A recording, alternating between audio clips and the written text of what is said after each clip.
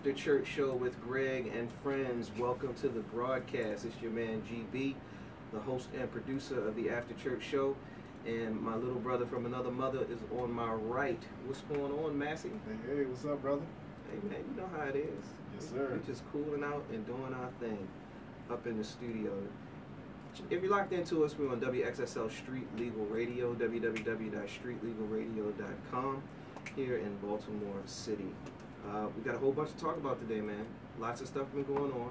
Lots of things have been happening, so we certainly want to get into it and start talking about it.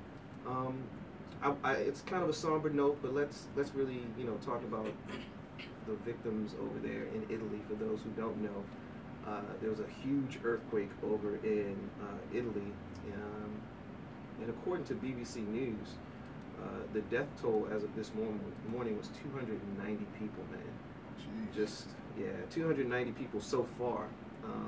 It was like a 6.2 magnitude earthquake on the Richter scale, and people said that they felt it as far as 25 miles away.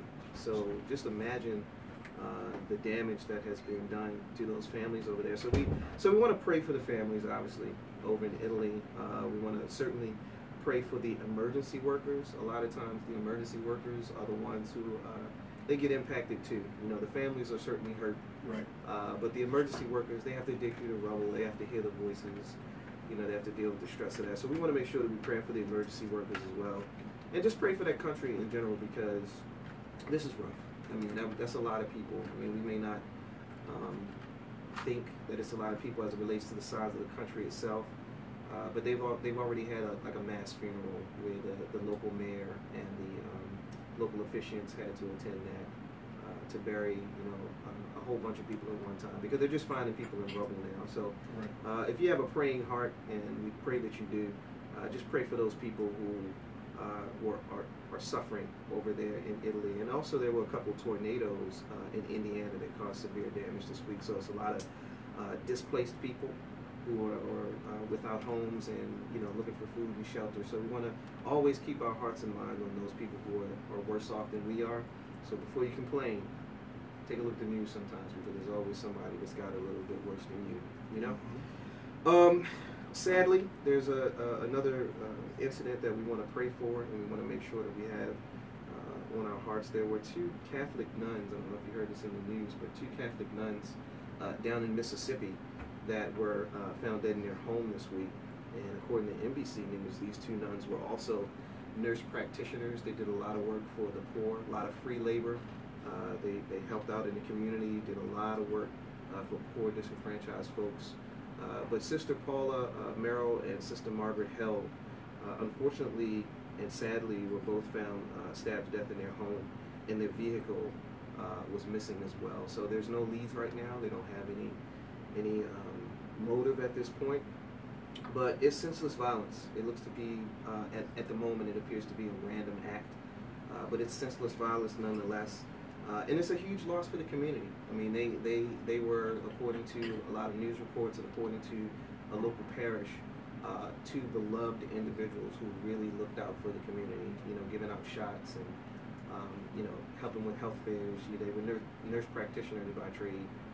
In their commitment to God, they were nuns. So we want to pray for them and their families as well, because that's a pretty sad thing. It broke my heart a little bit to read that story, because it seems like sometimes those people who are most focused on doing good, sometimes they get hurt in the middle of things, and that was kind of tough. That was definitely kind of tough. But our prayers are with them, and we want to make sure that we keep them in the forefront of our minds, along with the other people who are suffering as well. On a lighter note, I guess you could call it a lighter note, but something a little more sports related. Did you hear about Colin Kaepernick and what he did this week, Chris? Yes, I did.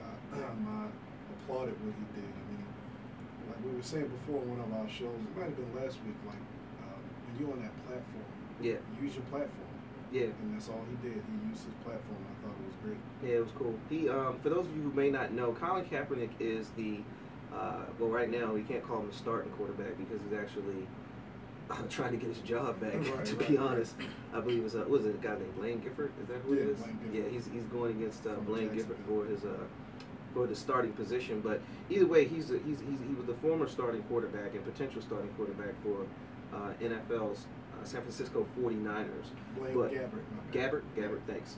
So this week there was a preseason game, and anybody that's been to a sporting event, guys, gals, anybody that's been to a sporting event, that part of the pregame routine is the singing of the national anthem. Sometimes they even have Pledge Allegiance according to where you are.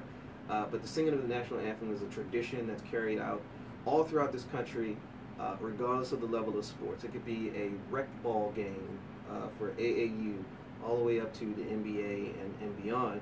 They recognize the national anthem. Mm-hmm. So during the national anthem, during the playing of the national anthem in this preseason game, and I forget what they were playing. I want to say Green Bay, if I'm not mistaken. But prior to the game, they played the national anthem, and everybody was doing their thing. They you look over, and Colin's just sitting there. Sitting down. Yeah, he would not stand. He didn't have the hand over the heart. He didn't recognize the anthem in any way. Right. So of course a lot of controversy came about as a result of that, and ESPN was buzzing, FS1 was buzzing, all these sports outlets were buzzing and talking about the fact that Colin just didn't stand up. Right. And didn't recognize the national anthem. Side note, though, it amazes me how people really go off on this national anthem thing. Yeah. I mean, no disrespect to my veterans, to those of us who love the country, because I love this country too. I don't care how bad people say it is. I'm not moving nowhere else. Right. Yeah. We staying right here. We're staying right here. Yeah. I'm not going to move to a country where they throw rocks at tanks. I'm not going to win that battle. Yeah, I'm not going to move to a country with little to no electricity. We got it good. So before you start complaining too much, just remember where you at. Right. Yeah, remember what you have. Remember what you have. You know what I mean? But back to Colin. So he was just sitting there. The networks are going off, and everybody wants to know, what the heck. And this is another high-profile athlete that refused to recognize this American tradition. We just talked about last week, I believe it was, where Gabby Douglas didn't put her hand over her heart. We pointed out that even presidential Republican nominee Donald Trump was caught not putting his hand over his heart. But people really get miffed when you don't, recognize this national anthem. Right. So this is another high-profile athlete, and when they asked him about it, I found this to be interesting. There's two things that I actually found to be interesting, Chris. One was the fact that he used his platform, as you indicated. He used his platform to say what he had to say, and he put his opinion out there, and we'll get to that in just a second. But the thing that amazed me the most was the fact that both his team and the NFL, at least in the public eye, defended his right to not stand. I found that to be very interesting, because this can be divisive. This can be very divisive, because you've got hardcore fans, you've got hardcore Americans who really think that when you say the national anthem and you pledge allegiance to this country, that it is a serious thing. Right. So, I think there'll be repercussions. I honestly think that there will be not in your face repercussions, but behind the scenes repercussions. Right. Like somebody might put something in his Gatorade or something like that. He could be a little strong. Right. But my Gatorade a little strong today. Right. I mean, he's sitting down anyway, so. Yeah. No, please don't put nothing in his drink. No, but you think there'll be repercussions, man? I don't know. I mean, looking at the Olympics, I mean, they made a huge deal about Gabby Douglas. Not putting her hand on it. They did. And I was watching NFL Network yesterday. They were talking about how Colin Kaepernick was adopted, and how he's just. They just try to pull out anything when you do something wrong. Yeah, his parents were mixed, and it's just like. But they were saying, just like you said, the NFL came out and said, although we encourage players and teams to, salute the national anthem, but it's not a requirement. And he had a valid point. Why am I going to stand for a country that, in his opinion? Well, I got his direct quote. His direct quote says, he said, "I'm not going to stand up to show pride in a flag for a country that oppresses black people and people of color." Kaepernick went on to tell the NFL media in an exclusive interview that, to me, this is a quote again, to me, this is bigger than football. It would be selfish on my part to look the other way. The bodies in the street, people getting paid leave and getting away with murder. So he obviously has a very strong opinion on the police brutality issue, because that's what I'm reading into that. Right. And because they're talking about it, he did his job. Right. I'm going to do this so y'all can talk about it. Because, I mean, really, we're sitting here talking about one player that decided to sit down on the national anthem. Right. And he may not have known, you know, there's cameras everywhere on that football field. He may not even know. When they showed the original angle, he looked like a blur with all these other people standing up. They didn't realize it at first. Right. Somebody must have said, hey, you realize Colin's not standing. So it's like, you know, I totally agree with his stance. You know, I think this is a wake-up call for America. Sure. You know, even down to the women's basketball team, when they wore those shirts and they were trying to find them. Yeah, tried to find them. They tried to find them. It's like y'all handling it wrong. Like the police officers who wouldn't work for Beyonce. So, you know, Minister Farrakhan came out and said, you know, the Freedom of Islam will be in security. Like, y'all shouldn't handle it like that. There should be a wake-up call that America is crying out like, stop defending, you know, bad police officers. Because bad actions. Bad actions. They're good. They're great police officers. But stop defending the ones that are doing what they're supposed to do, aren't protecting and serve. You're getting paid by citizens to protect citizens. Important, very important. Now, he's a Christian athlete, and if people don't know, he's definitely a spoken Christian. He doesn't hide his religious belief, his faith. He indicates that he was raised in a Christian household, and his Christian tenets are the foundation for his life. Do you think that he was wrong from that perspective to do this? Not at all. Yeah. Not at all. I mean, America, they don't recognize God, so it's like he's on the money. Yeah. Besides being on the money, it's just like but they're taking him everything out of schools. They take him out of the Pledge of Allegiance. Oh, he is. I remember at one point that they took it out. Wow.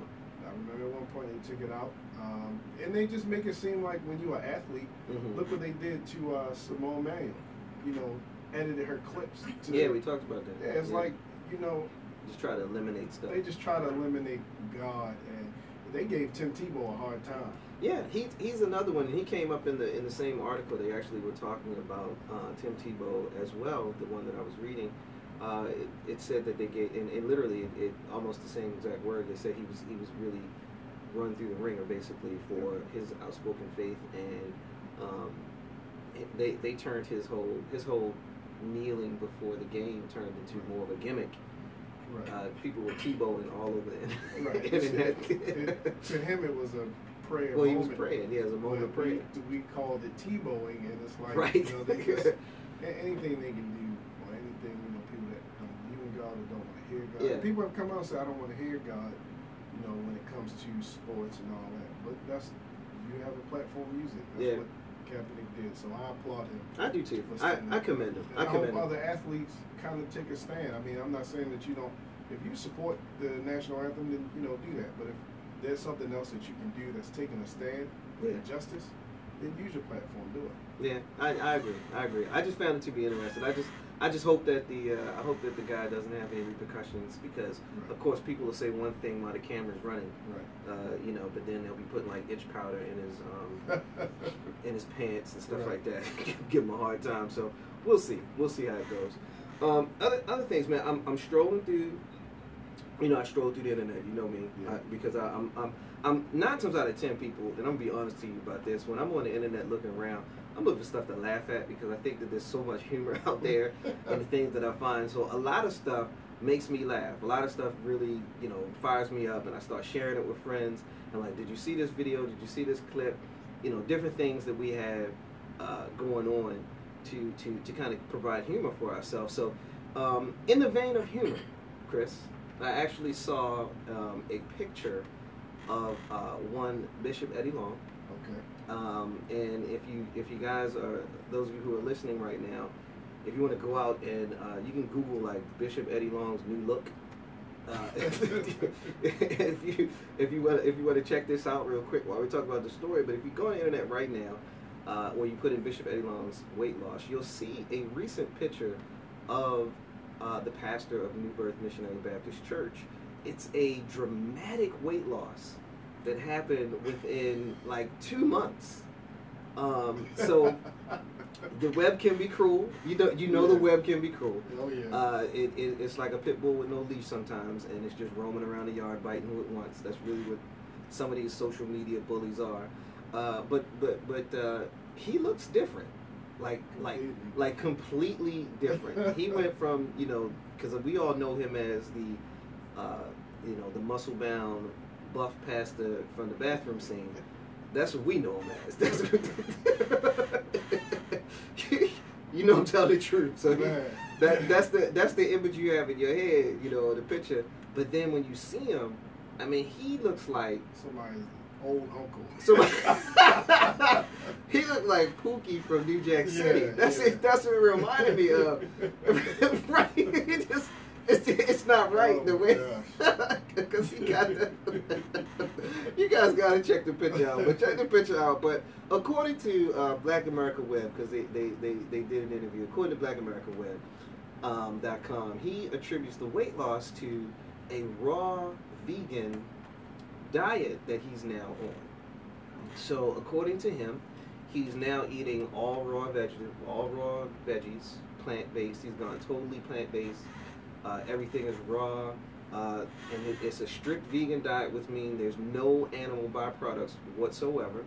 So he's not eating stuff that's got milk in it, no cheese, no dairy. He's completely off of all of that stuff. And so according to him, he said that he's doing this because, now get this, this is the part, because see, everything that somebody says, I really listen intently. So he went on to say, and this is the part that trips me out, that he told his congregation that he was going to live to be 100 years old.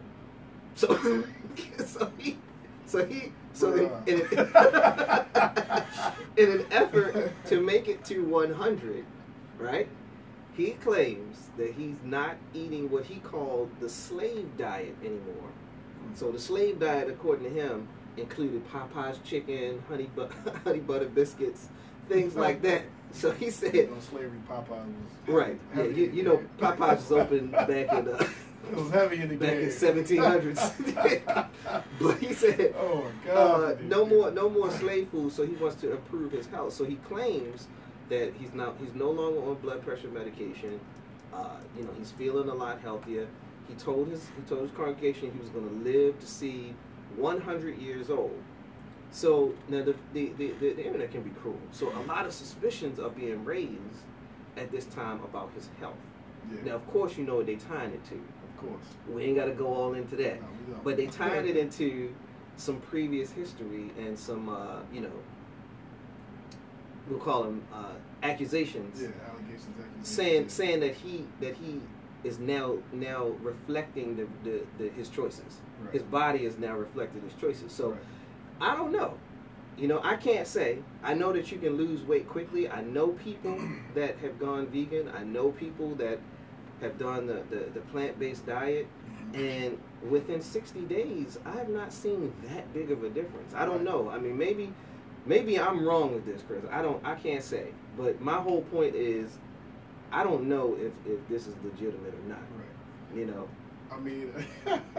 I'm looking at the picture and it's like... Yeah, you see the picture, right? Come on, bro. Even his chest went down. That just tells me that them steroids that you were taking, you decided to stop taking. Mm-hmm. Maybe a doctor was telling you, like, look... It's killing you, man. You just need to go ahead. You about to do the WWF. I mean, you ain't flexing your arms, but your vein about to pop up. Like, I mean, just be real with it, man. Yeah. Just be real with it. Don't come out and say that you've been on this extreme vegan diet and you're going to live. You don't know how long you're going to live. Right. You know that. As a preacher, you should know we don't know the day, the time, or hour that we going to live to, and when God is going to come back. So Jesus is going to come back. So, I mean, look at yourself in the. You like taking mirror selfies. Look at yourself. You say like himself. Just be real. I mean, if he's eating better, and that's what him and his doctor talked about, then fine. That's a good thing. That's fine. But come on, man. All you did was stop juicing. That's all. And, that's where I was thinking. He was real big, like Hulk Hogan. Had the about to come out. I don't even know how he got a shirt on. Right. He even wore preaching robes that were sleeveless. Yeah. Because of that. You just want to show your arms. Got the guns out. Yeah. Got the guns out in the preacher box. Right. The pythons, brother. Right. We got 24-inch pythons, brother. We got first and second service, and then we got the gun show. So gun show after the second service. Right, gun show after the second service. But listen, check this out. In true Eddie Long style, at the end of the video, now this is where it all comes full circle. This is where it all comes full circle for me. Right at the end of the video, this is his quote: "The muscles are coming back, baby."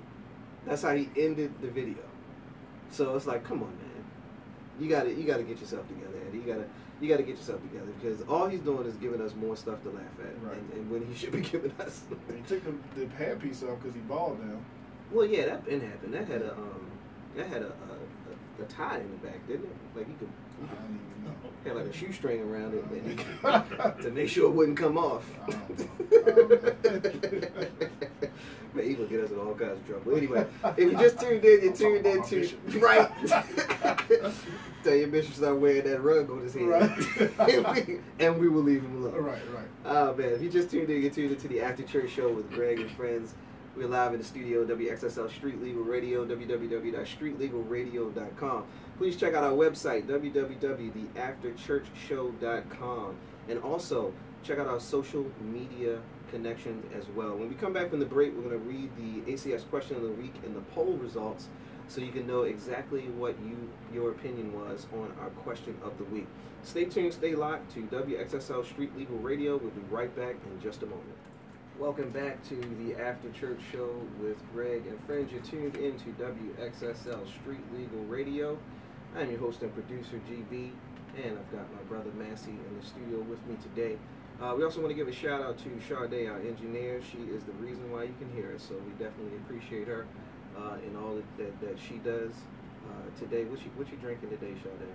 Yeah, cool. So she's drinking a cool out today, so she's a little more mellow today. My brother's in the studio too. What's going on, Nick? He's in the studio today. What's happening, everyone? Hanging out. Love. He's speaking off mic. Y'all cannot hear him. You completely cannot hear him. What's happening, everybody? Yeah. So he's hanging out today. He came in with some donuts. I think Dominic's on a mission to try to go against all the workouts that we're doing Right. ourselves and shape, because he comes through with donuts and old school candy today. He actually came in with lemon heads, and that's the devil. So we trying to. Chris already ate a whole pack of them, and Chewy, what are them, Jolly Ranchers? Lemonhead, chewy lemonheads. Chewy lemonheads. No Jolly Ranchers. Oh, okay. Yeah, he's trying to go against all our hard work.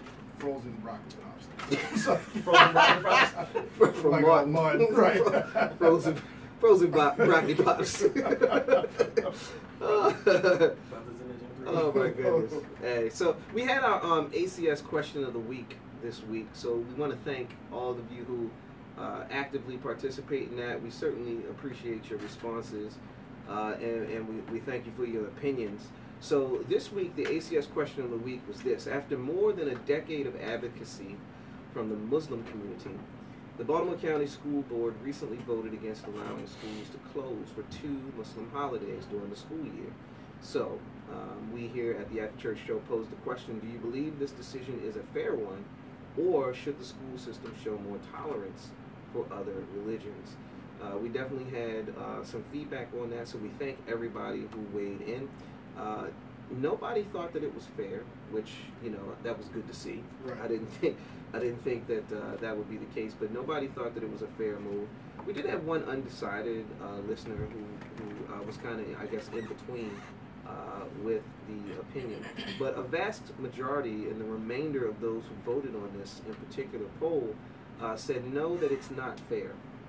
And our girl Kai Nicole, always working, as you can see, she left a really good message on there as well. She responded and gave her opinion on this. I'm not going to read the whole thing, but basically she agreed that she said it's not fair, and she thinks the schools and jobs are slowly trying to push all religion out altogether, especially in the Muslim community.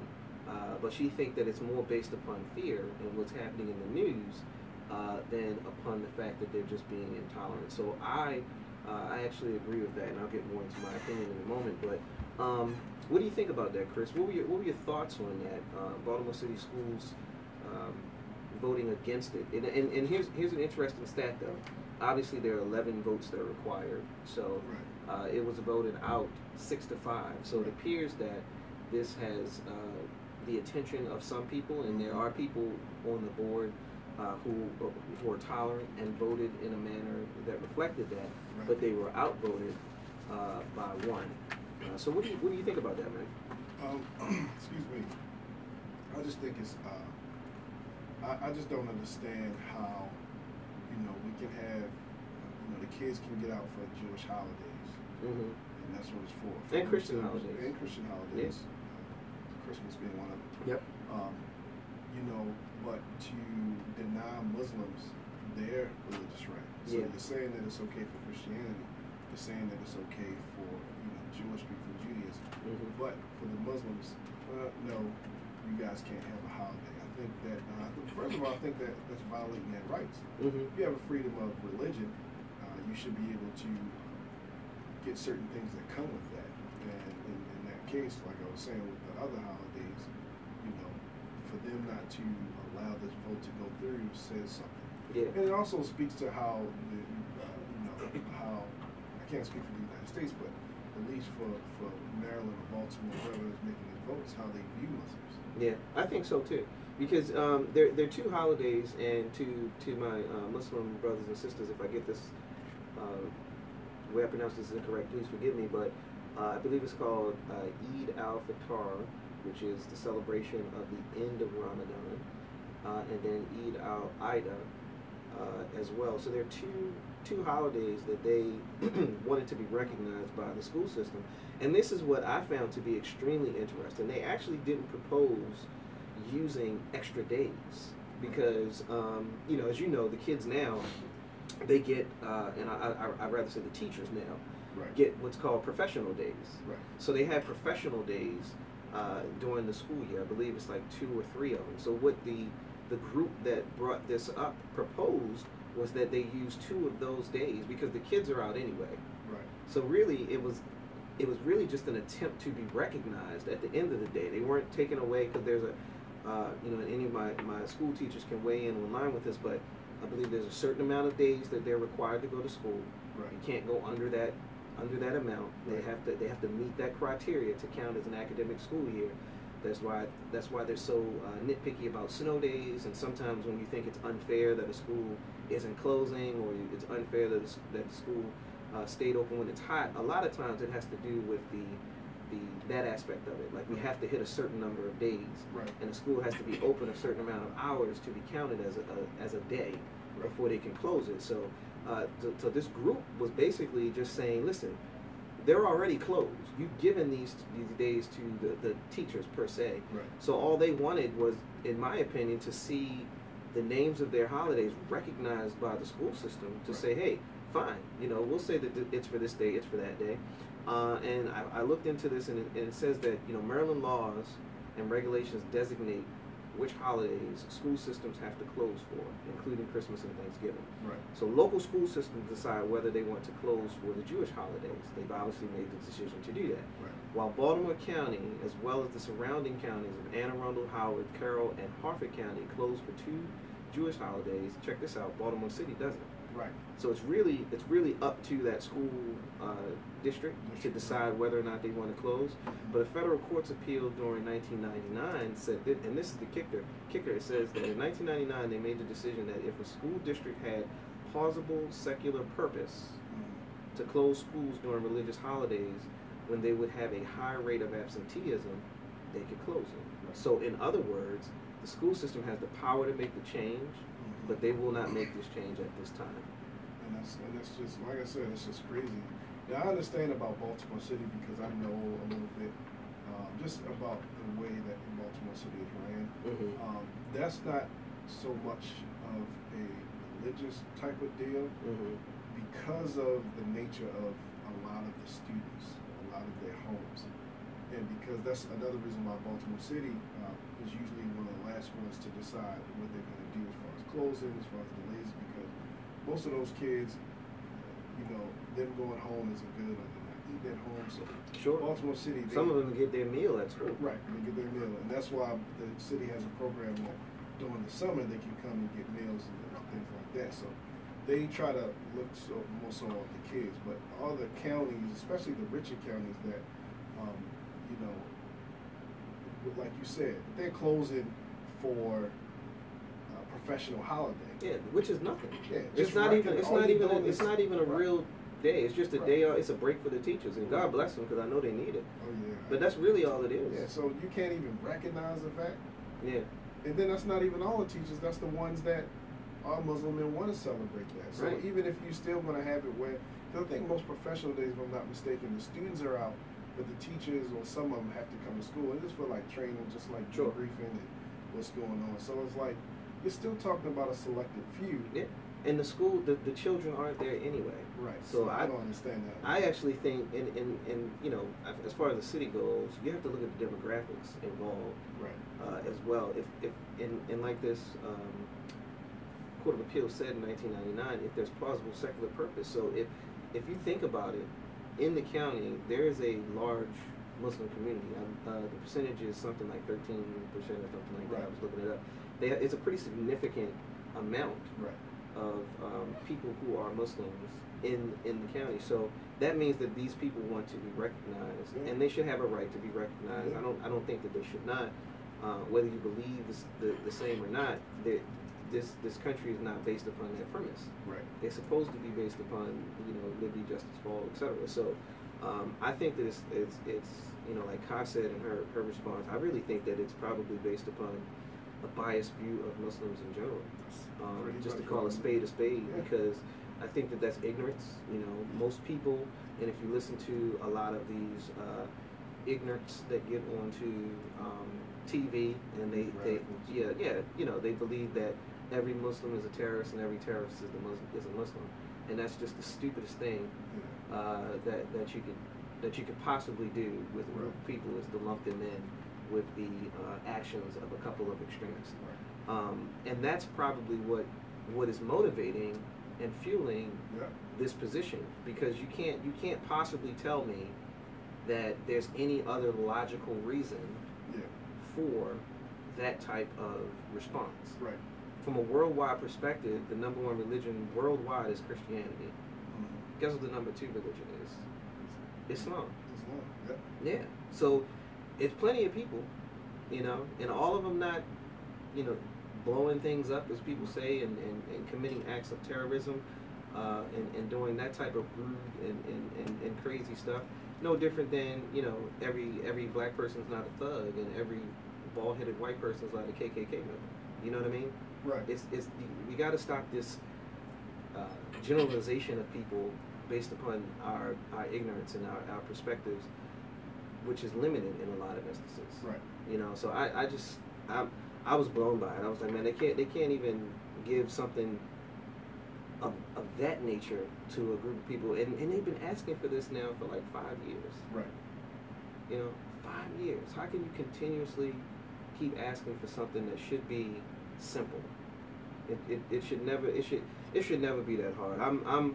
I was a little let down by it, to be honest. And there was a point where my kids went to Baltimore County schools, and it was a bit of a letdown to know that that's the case, man.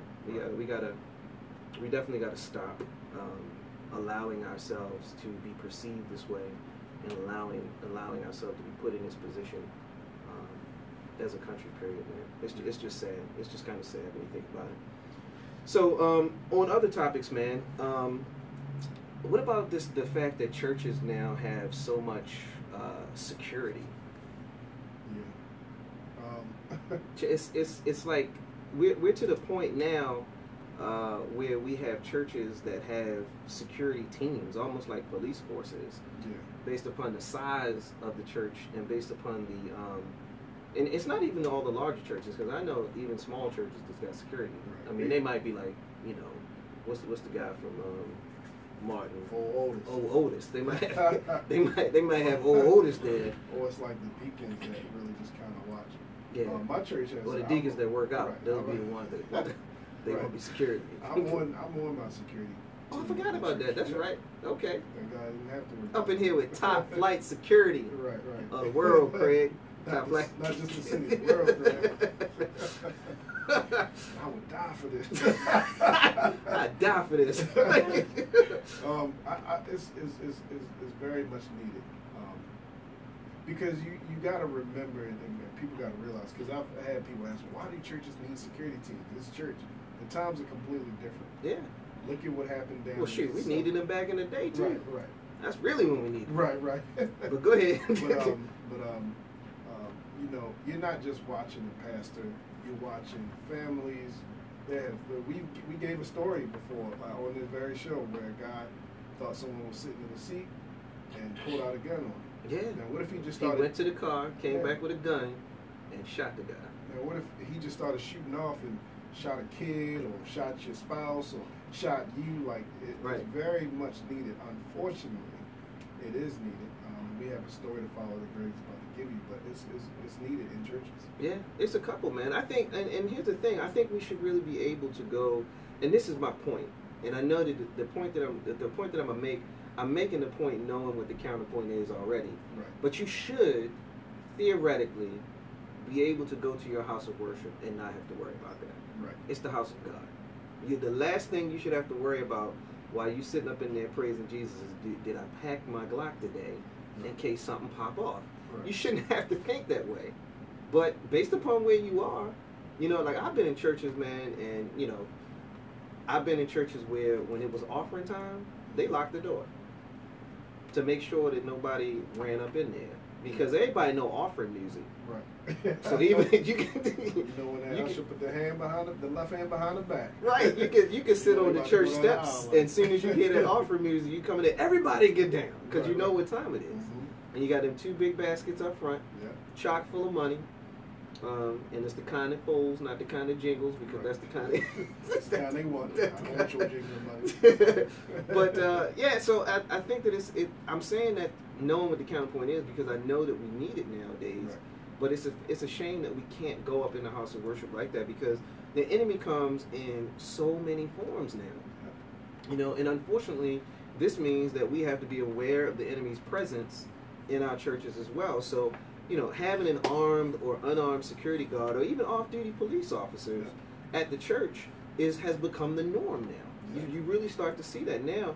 And I think that the sad thing is, and it's probably from both a mixture of ignorance and love, blind love, a lot of faith-based organizations aren't intentional about security.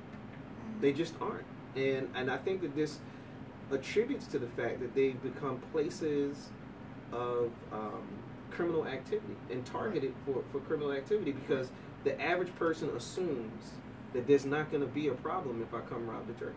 Right. Or if I run up in the church. And it's not just robbing the church, it's other stuff too, because we got these news stories that we saw in a recent case in Missouri. I believe it was 2 weeks ago. In Missouri, there's a 25-year-old man who's been accused of having sex with a 15-year-old girl against her will on 3 separate occasions in the church. So he was alone in the church. He was able to accost this young lady, and that happened on 3 separate occasions. How does that happen on 3? He locked her in the bathroom. According to her story, you know, and you can't. I mean, it's fear is a horrible thing. Right. So you got a guy that's 10 years older.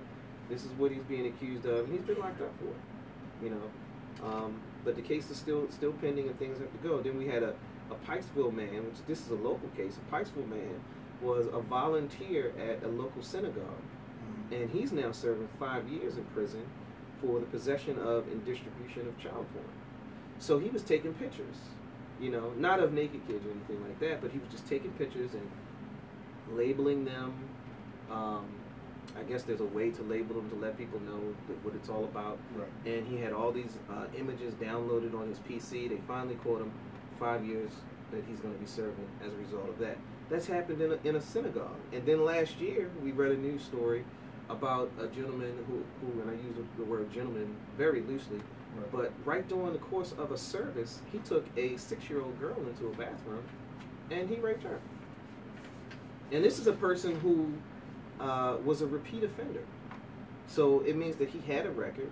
He was a registered sex offender, but he was still able to get into the church, and he was still able to do what he did in the church to this little girl. Right. So we do need security. Yeah. At the end of the day, we do need people. Yeah, go ahead. We need it. Yeah, we need security, but in cases like that where that guy was a repeat offender, that guy that did this to this young lady 3 times, we need everybody to be alert. Yeah. And I know, there's a lot of Christians that are so quote unquote forgiving, but no. If you know, like one of the things I love about our church is that anytime you want to be on any type of ministry, they do a background check. Okay. We have offices in the church that do real background checks. That's what I'm talking about. Your history, they want to know what's going on with you, especially working with children. And you should. Especially. So, you got to be alert. If you, in my mind, I'm sitting here thinking, how can a man take a young lady in the bathroom and nobody? Dude, I know it can happen. It can happen because people are, and this is the thing, and this is where you get the dichotomy in this. We're so trusting to a fault, right? And that's because in a lot of times you wouldn't think of, oh, that's brother so and so, that's sister so and so. Okay, if you see him, I take him to the, whatever. Some people will trust them. Now me. You ain't gotta ask me. My antennas would go right up. Right. Why like, are you so I don't. I'm good. Right. So that's different. but you gotta understand, everybody's not like that. Right. There are people who, and then you got the people who, they spend all their time in the Holy of Holies. Right. And they don't look at the realities of life. They always. Hickam and Shy coming in a Hyundai. Every time you talk to them, and they spend all this time there, and then you miss stuff like that. Right. You know what I mean? Because that's the only way that stuff like this can take place. And that's the weakness of Christianity. I mean, I'm telling you now, if you're a known pedophile and you come up to the church, you're not going downstairs near any children. We're not saying that you can't come in church. You can, but you will be watched for your interactions, and that's sad. Why wouldn't you? Change, but we got to protect our children. It's well, just like if you're a rapist, we gonna make sure how you interact with the ladies. And well, you probably won't, or you probably just won't. Yeah. You ain't giving. No, we good on that. You can shake hands. You don't need to hug sister so and so. We forgive you. That's all good and everything, but we still gonna watch you. And I think that what you said is important as far as churches doing like background checks and stuff like that. But you have smaller churches who don't have that ability or desire. Because I think I don't know how much a background check costs, but it probably isn't that expensive. It's probably get it for like $6-7 maybe. I don't know. But it can't be so expensive that you can't take the time to make sure that somebody comes in and it's nothing offensive about it. Right. I would actually applaud that. If I join a ministry or if I join a board or something like that in a church, and they say, well, listen, part of what we do is we run a background check to make sure that everything's okay. Run it. Yeah. If you have a problem with it, that says something about you. Right away. That's right. I don't even want you in the ministry. If you question why I'm running it, go ahead, run it. Go ahead, take the check. I'm good. I know I'm good. Right. So it's like that's like if you bounce checks all the time, and you spent a couple years in prison because you was writing bad checks and stealing. And then you come in and you want to be the church accountant. I mean, I'm not saying that you can't count. Right. I'm not saying that you're not good with money. Because you probably are. Right. But you ain't counting this money. Right. Yeah. You not counting this money. Nah. I'd be like, look, you can count napkins. Right. And if you part of the kitchen ministry. And if you were one of the people that stole the money, right, you're done. I don't understand why these churches, and I've known come churches. On, son. Go ahead and preach this sermon. Somebody preach that sermon. Stealing, caught one of the deacons stealing, and said, "We're gonna forgive you. Just don't do it again." No. We're gonna forgive you. You stepping down. You serving lemonade. You ain't even holding the basket. Right. Yeah. And you can turn around coughing and be like, "Oh, my bad." Call you Deacon Sticky fingers. Like Deacon Sticky, you cannot count money no more. Dominic Mills said, you got to protect everybody while Jesus is working with them. He said work on the backsliders, but okay, but that is true. That's true. You still got to protect the integrity of the church. Yeah. I saw a video of a pastor doing an altar call. It's on YouTube. You can probably find it. This white preacher. Everybody was up at the front. This guy came out of nowhere and just sucker punched him. And just, I don't know what the history was. It doesn't say what the history is. He just hit the pastor. There was another story of a guy that just thought, this was on the news, probably within the last year or two. Mm-hmm. He just, I think he just shot the pastor and killed him. Oh yeah, that's happened a couple of times. Yeah, where somebody like came right in the service and popped two hot ones in the past. I think one happened it was either Atlanta last year or something like that. Atlanta, But this was a guy who unfortunately he messed with the wrong man's wife. Yeah, see. So we can do another whole segment on that. Right. Yeah, we can talk about that, but yeah. You might not want to sleep with another brother's wife because you can end up dead. Yeah. So that's on you. I mean, that's on y'all. That's it. Whatever happens once you do that, that's on y'all. It ain't got nothing to do with God. You work that out. You work that out. But the point is, security is needed because nobody should be able to come throw a haymaker at your pastor mid-service. Right. That should not happen. And nobody should be able to run up in your church. But then, what do you do? Where do you draw the line? You gotta where do you draw the line? You gotta have a. I mean, when I say that, I mean, where do you draw the line with the security? Because there'll be that overly aggressive. That's right. Security officer, like, hey. Wait till pastor said you could reach your hand out. Every time you reach in your purse to get money for the offering, he got you in a chokehold. Right. We don't need that. Right. You gotta. I think that comes from the pastor's comfort level. Yeah. Because we've had incidents where, we're as on security teams, just in general, security, you're told to watch everything. Yeah. Even as a police officer, you're told to watch everything. So you have sometimes when the preacher's just preaching so keep good. Keep your head on the swivel. Right. Pretty much. Mm-hmm. The preacher preaching so good, you have the person that comes up, lay the $20 down or whatever because of the good preaching. That's what they wanted to do. We're gonna do a segment on that too. Yeah. So it's like, as a security guard, now even though I see what they're doing, mm-hmm. you never know where somebody's mentality is at. Right. They can drop 20 and then charge the passer like. So it's like you can't. Or they could drop the 20 or 100, and somebody could say, "Well, I need that." Right. And come running up to get it. Right. And I'm sure that has happened. I don't have any evidence, but I wouldn't put that past anybody. So I think that is a conversation between like the security team and the passer. If you see something going on, this is, and just be careful and just make sure that you're watching, because we watch families. Sure. There have been domestic issues where a wife is at church and husband coming in angry, and oh wow, you gotta be careful, and you gotta know how to handle those situations without kind of alarming everybody and have some type of plan. Like the Secret Service did. I mean, you just gotta fold them up. Sometimes people just need to be folded up, Chris. Just need a little. Just fold them up. Yeah. Fold them up and carry them out. We're gonna take you to the back room, like they do at the casino. Yeah. They may never see you again. So I wonder if there's any type of certification though that's required, because that's another thing. You got to think about the legality of this whole thing. Because I do think that because some pastors do need the protection, because you've got these holy groupies that will just run up on them, and male or female, and they got to touch the hem of his garment or her garment, like he Jesus something. You got those crazy fanatical people out there that you need to protect some of these men and women of God against. But what about the legality of it all? Because if you put your hands on somebody, you instantly, now if I work for the church, mm-hmm. somebody come charging the pastor, I'm security. Now a lot of times these aren't like certified security teams that have gone through some sort of training. They just people that might be swollen, that the pastor said, you know what, brother, I think you'll make a good security guard. One of my armor bearers. You know what I mean? So then you got this guy who, you never know what his background could be. He might have done a couple. Right. You know what I mean? So laying hands is what he does. Right. You know what I'm saying? Literally. So then you have this guy who will put his hands on somebody. He put his paws on somebody, and then the church is liable, and then you wind up with some sort of lawsuit or something like that. Right. What do you think about that? Because that's a realistic thing. Because if I get hemmed up in church, say I'm just trying to go put my $100 in, and Deacon Brick over here, Deacon Armstrong, he decided that I looked shifty, and he slammed me and hurt me. Yeah.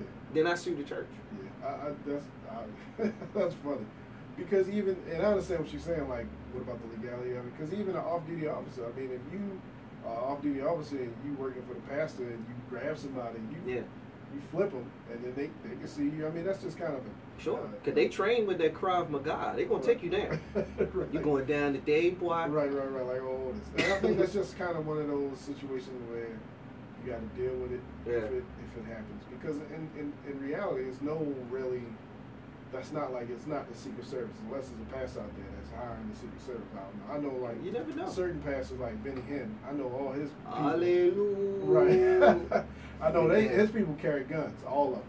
Wow. But I know, like, when I watch Bishop Jake's services, they have people just kind of turn sideways looking at everybody. But I'm sure he has... And they have earpieces in, you can see it. Yeah, and I'm sure he has people on the stage with guns, because, like, you think about a guy like T.D. Jakes. Of course he's going to be a target. He's wealthy. Yeah. He's a pastor. Yeah. It could be somebody, and this is another reason.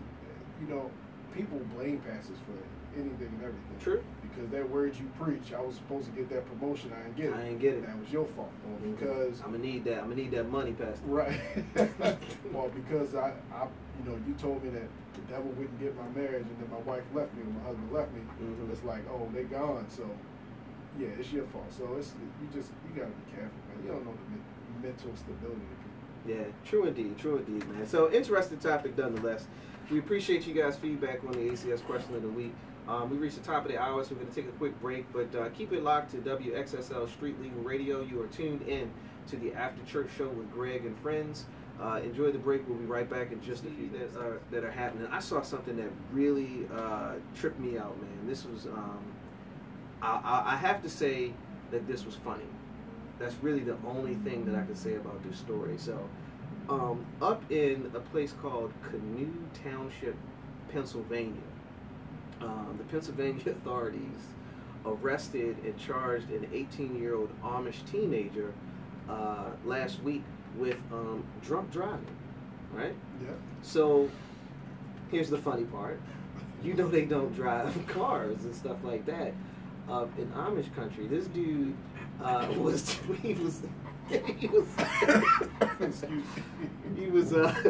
was caught drunk driving with a horse and buggy. Right. So, authorities say that they pulled him over. He's 18, so I can give his name. His name is Robert Miller. He was charged with the police, and the police say that they stopped his buggy. And he had two men that were were riding on the roof of the buggy, and in addition, there were 4 passengers ranging from the ages of 16 to 20, and they were all charged with underage drinking. Yes, drinking still illegal while operating a buggy. I had no clue. Yeah, I didn't know that you could get that could happen to a person. Yeah, that's just crazy. So was the horse drunk? No, I mean, because I'm trying to figure out how. What was he doing? He couldn't have been swerving. He couldn't have been swerving. So I don't understand. What was he doing? I don't know. He must have been.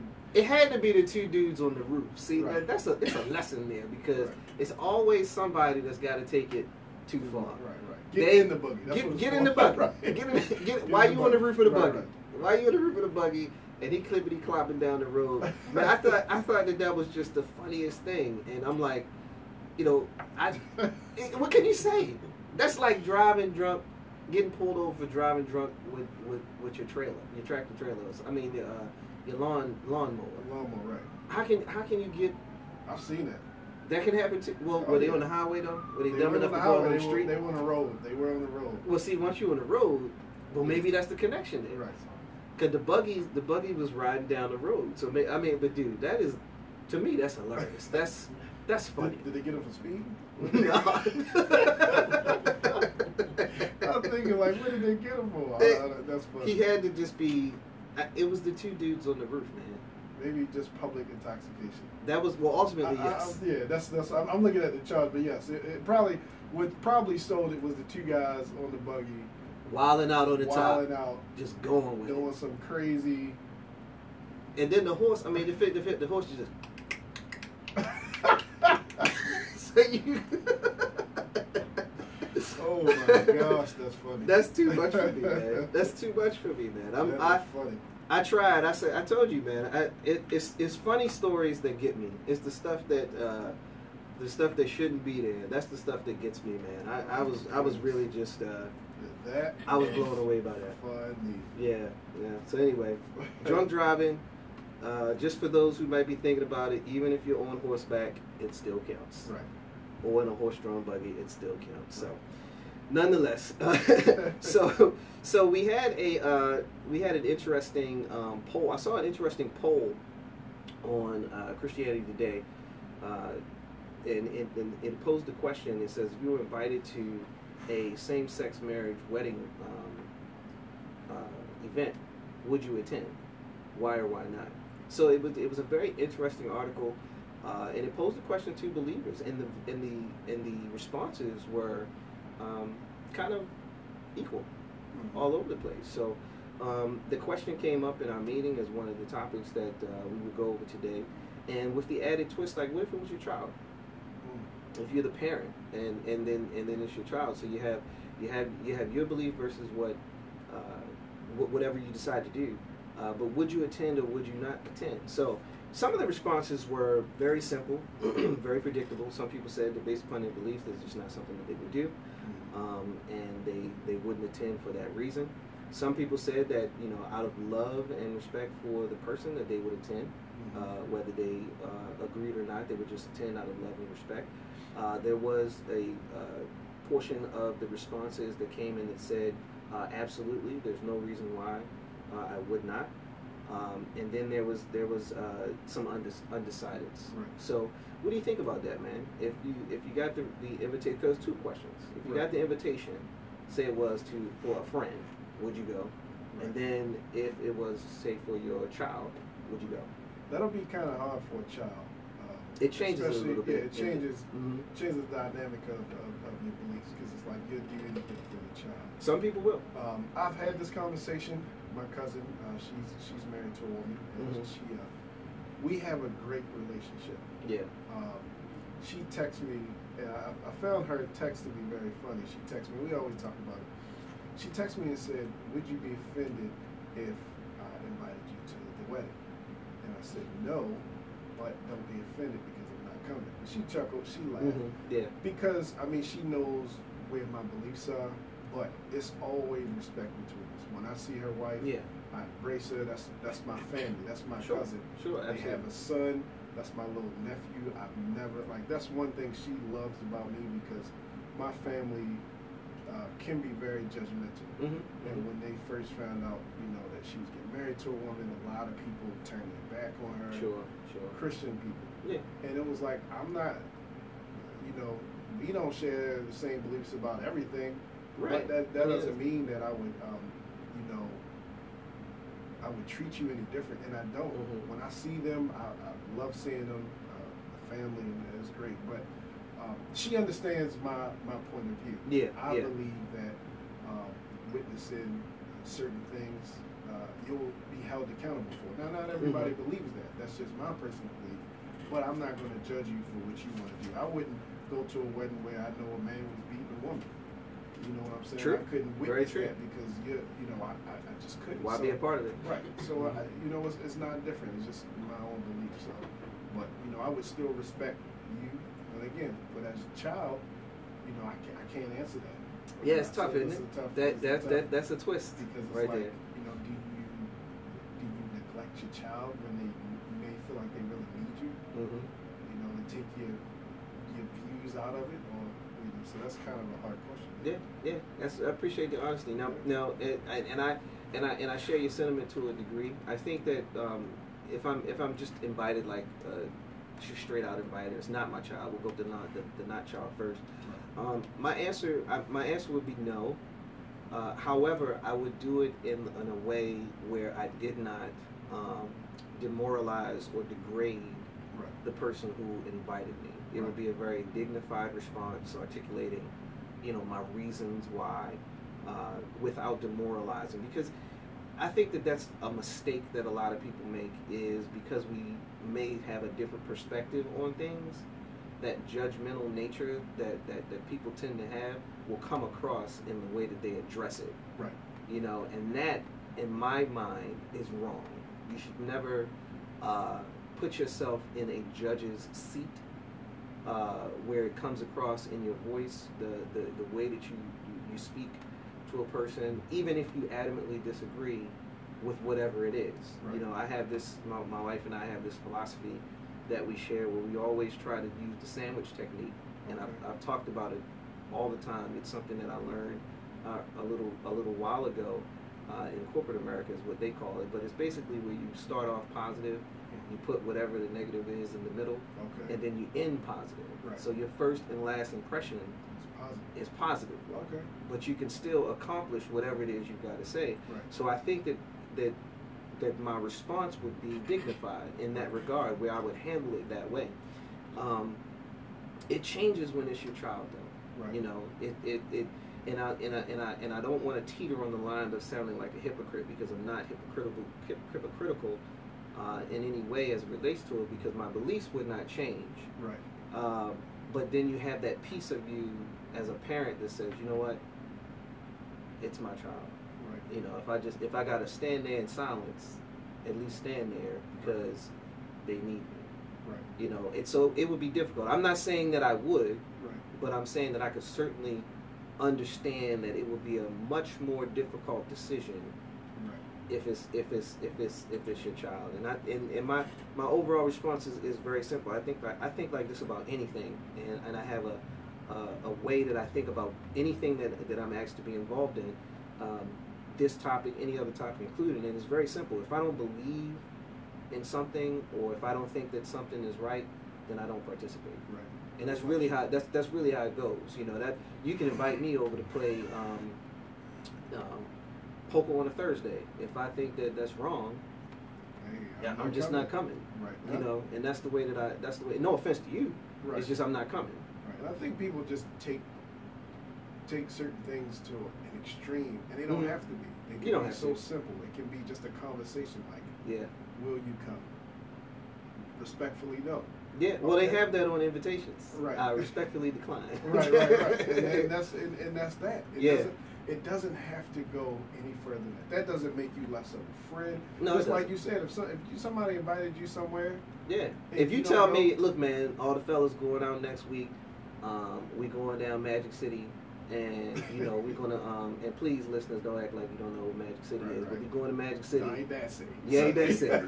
But we had the Magic City. We hanging out. You know, we gonna blah blah blah. My answer's gonna be nah, no thanks. I'll see you afterwards. I got a friend that invites me to Norma Jean's all the time. Jeez. And all the time, I tell him no. I mean, he, you know, You think he would get it at this point, though, Right. right? but he like, no, man, so you ain't no fun. That's not my idea of fun. Yeah, yeah. That's it's money wasted to me. I mean, Indeed. This is money wasted. And then there's the piece about, you know, you don't give a drink to an alcoholic. Right. You can't. What you gonna do up in there? Right. I can't do nothing. What you in there praying? Right. Are you praying? We're gonna have Bible study Are you- amongst the young ladies. Try to lead them in a righteous path. Are you witnessing? I mean, Right. what's your purpose? And if you are witnessing, they'll probably kick you out, like on a serious level. Like, Yeah. "Man, you distracted right now. We trying to make money, but Yeah. So I mean, get it's it. like If you you know, if you you gotta stand for something. And, Sure. I mean, be firm in it, and people should respect your certain stance. you Yeah. know. And in that situation, I mean, I respect my cousin, I respect her wife, Yeah. and I respect her son. Mhm. But we have different beliefs on that view. But that doesn't change the love that we have. We still No. family at the end of the day. If they Not at need all. something, they know Yeah. they can call me. And I got it. Yeah. Makes sense to me. I think it's good to show love to everybody too, just to further the conversation a little bit. It's good to show love to everyone, but it's also good to take advantage of opportunities to spread love and the knowledge of the gospel. Because if we really want to get technical, Jesus really just it didn't matter who he was around. You know what I mean? He was around, you know, the poor. He was around the rich. He was around Right. the sick. He was around overly religious folks. He was around people whose culture was different than his. There was no cutoff point with him, because Right. the whole point was to send the message of, you know, the word of God and the gospel needs to go to everywhere, to everyone. But I don't think that should interpret, meaning that you have to go attend an event that you don't necessarily respect or agree with. But for those who make the decision, because there's nothing, if you want to get really technical, there's nothing in the Bible that say thou shalt not go, right, if invited. So there's nothing there that says that. But I would just say to the individual, just it's on you. If you pray about it and you decide that it's something that you're going to participate in, then participate. And just the opposite as well. If you decide that you're not, you're not. But it would be challenging though if it was your child. Though I do think that would certainly be quite the challenge if you're presented with that. So what you got for us this week as far as your minute goes, man? What pearls of wisdom do you want to drop on the ACS listeners this week? Let me change my name, Dr. Matt, brother, Dr. Reverend, Reverend Deacon Apostle Dr. Potentate, Massey. I feel like doctor is just a title when you at work. Yeah. People, I mean, I know I worked hard. I worked these 8 years to become a doctor. You're gonna call me. I've had doctors tell me that you're gonna call me doctor. My thing would be, what your mama call you? Right. I'm gonna call you that. What's on your ID? No, I'm not gonna say it because the people do change their doctor. What's on your birth certificate? Yeah. We're gonna keep it at that. On my Massey's Minute, I'm just kind of giving encouragement to people that feel like they've reached they're in their darkest place in their life. My advice when I was in my darkest moments, 9 years ago, it'll be 10 years in February, I was in a bad car accident. I was in the hospital for a week. I was kind of in the house for 4 months. And I would say it's probably one of the lowest moments in my life. Although I had family around, this guy, it was a head-on car collision. I broke my ankle, broke my neck. It was just tough. I had to learn how to walk again. It was tough. Mentally, I was tired. I had to wash up at the sink.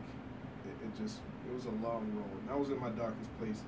And to anybody in that darkest place, whether it be, you're tired of where you're working, you've just been there, you've been depressed, relationship, even down to the church you're going to, you don't feel like, you feel like you've just been going through so much. And, I would say let Jesus be a light to you.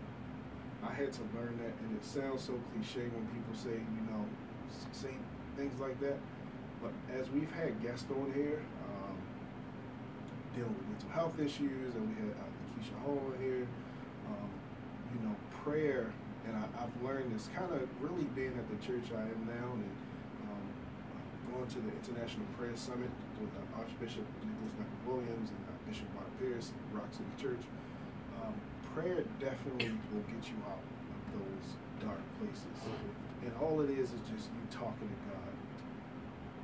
People make prayer to be this big, mystical, crazy thing, and it's not. It's just a conversation that you're having with God where you're just venting.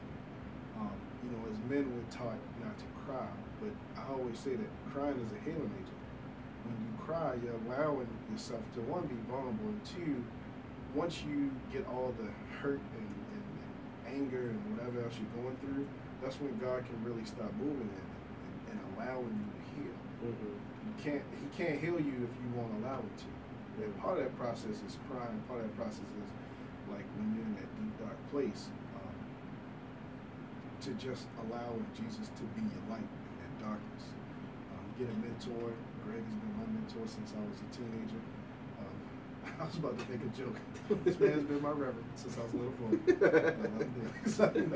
But get a mentor. Get somebody that can hold you accountable for your dreams and your goals, and when you're going through that will pray. Anytime I call him, he's always there for me. Anytime I'm having a bad day, I definitely appreciate having him as a friend, as a mentor, and a brother. But just pray. If you don't know how to pray, I posted it on my Facebook page earlier. Just start reading the book of Psalms. It's full of prayers. All you're doing is talking and just thanking God. And just get more so on the end of just thanking God for who he is and what he's done for you. You can ask for stuff all day, but it's really real when you can just thank God and realize that no matter what you're going through. Literally stuck in the house for 4 months with a leg brace on, a cast on my ankle, a neck brace on for 4 months. I was at the lowest point of my life. And just spending time with God got me out of that dark place. So if you're in a dark place, Just get with God. Cut the world out. Cut everything out. You can't go to every party. You can't hang with everybody. Get off of social media. Just spend time with God. He'll get you out of that place. Excellent, man. Good point, man. We certainly appreciate that. We're going to take a quick break while y'all marinate on the teachings of the Reverend Christopher Massey as you let that marinate in your spirit. We will be back in just a few minutes, but keep it locked to WXSL Street Legal Radio, www.streetlegalradio.com. See you in. Welcome back to the After Church Show with Greg and friends. You're locked into WXSL Street Legal Radio, www.streetlegalradio.com. Be sure also to check out our website, theafterchurchshow.com. Has all of our social media information on there as well, so you can follow us on the various different social media networks. You can also go to our fan page. We have a fan page on Facebook, After Church Radio Show. We put little things on there throughout the course of the week. The main thing that we like to do is engage with our ACS question of the week. So if you're a member of the fan page, you'll see the ACS question of the week, and you can participate by letting us know what your opinion is on the various different polls that we have throughout the course of the week. So we thank you guys for tuning into us, and we thank you for taking a ride with us today. We really enjoy what we do, so we're grateful to all of our fans out there.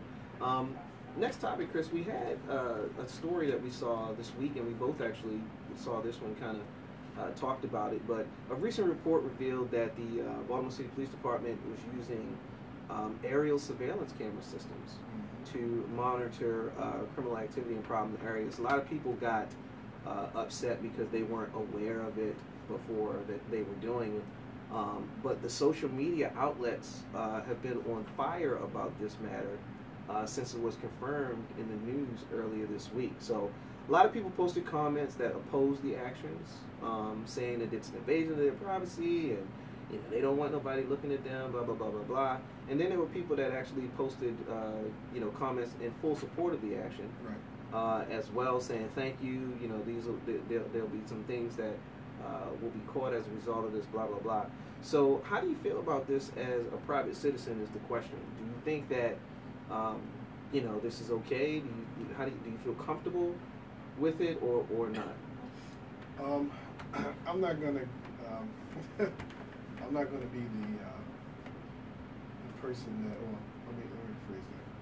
I'm not gonna be the conspiracy theorist that I could be, but I would. I assume that they're watching us anyway. This isn't a big secret. Our government has been filming us secretly for many, many years. They can hear what you're saying when you're in your house if they want to. If they want to. Yeah, they can.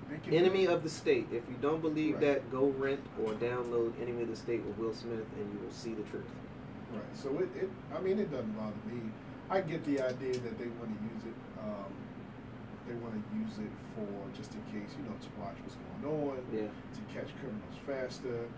But I already assumed they were doing it. So like when they say on breaking news, you don't think that they doing that already? I just yawned. I literally yawned. It was like, oh, okay. I watched the episode. I forgot. I think it was on A&E. You know how they had those real deep stories. You like that stuff, man. Yeah, Chris like watching those type shows. Shout out to my boy Justin Ventura. We're gonna expose him. It's like no joke. They can shoot something on your car without you even knowing, and listen to everything in your car and track where you're going. They can do it all, and they do it. So, sure.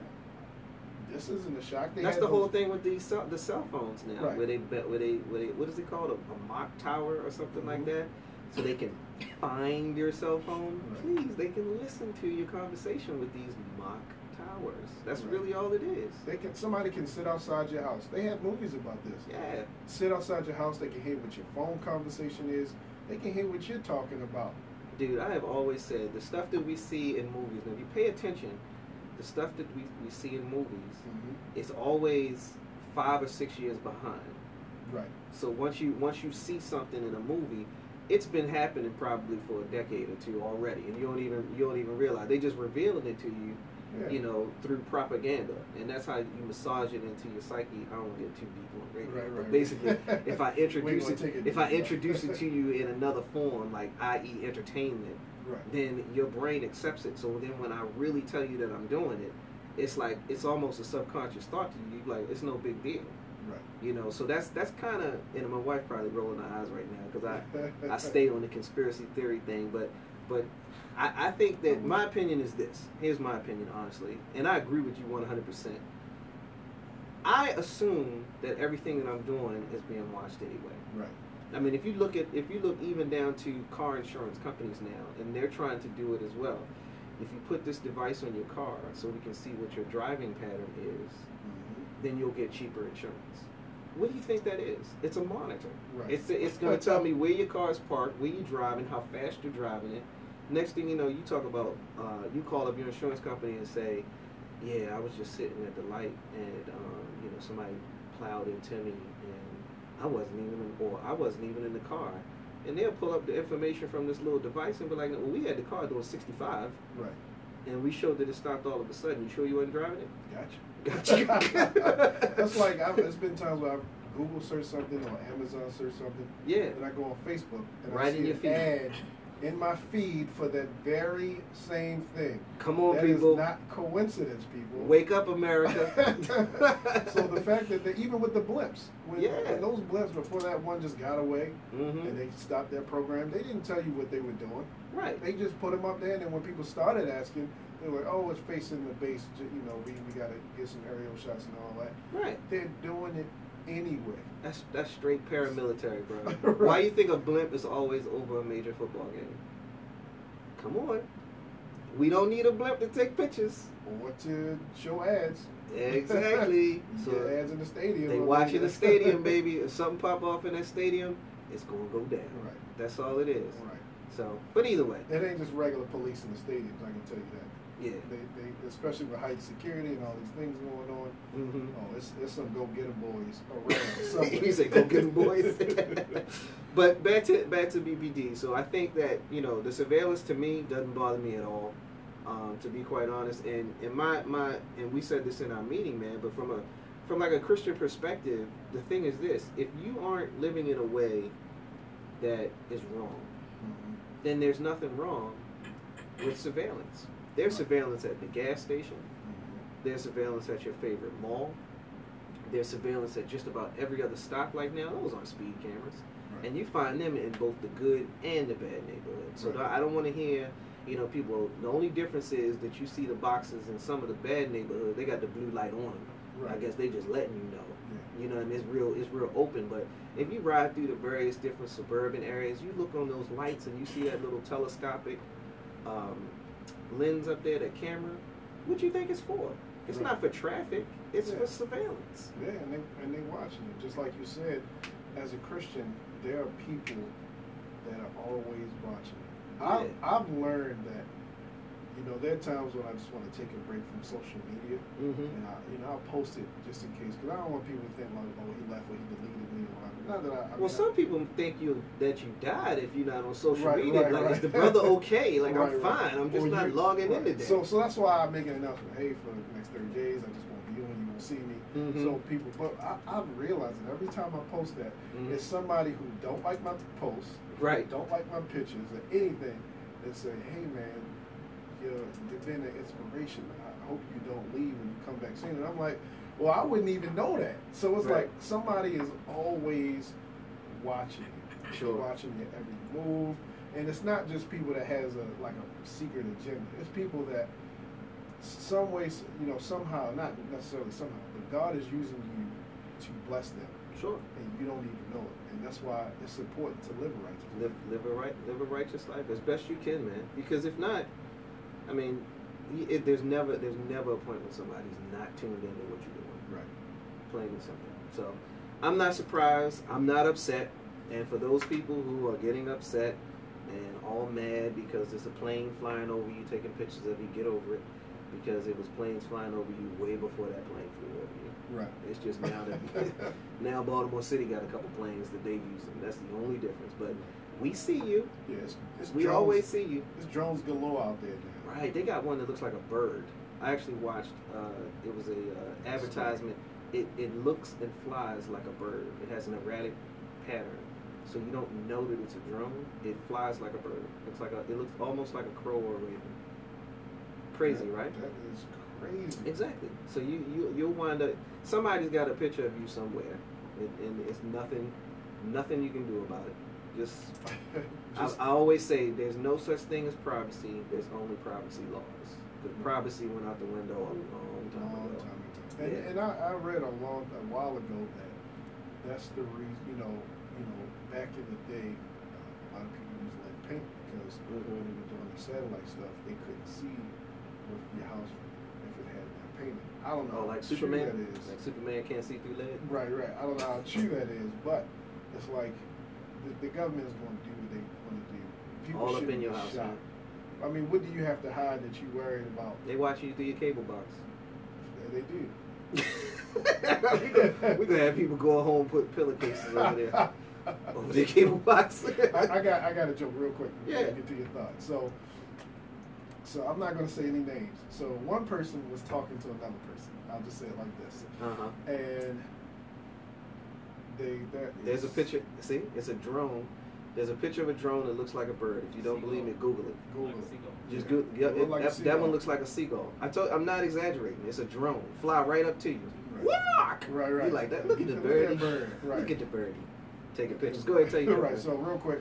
So one person was talking to the other person. Called them on the work phone and said, "Don't call me on this government phone. Call me on my cell phone."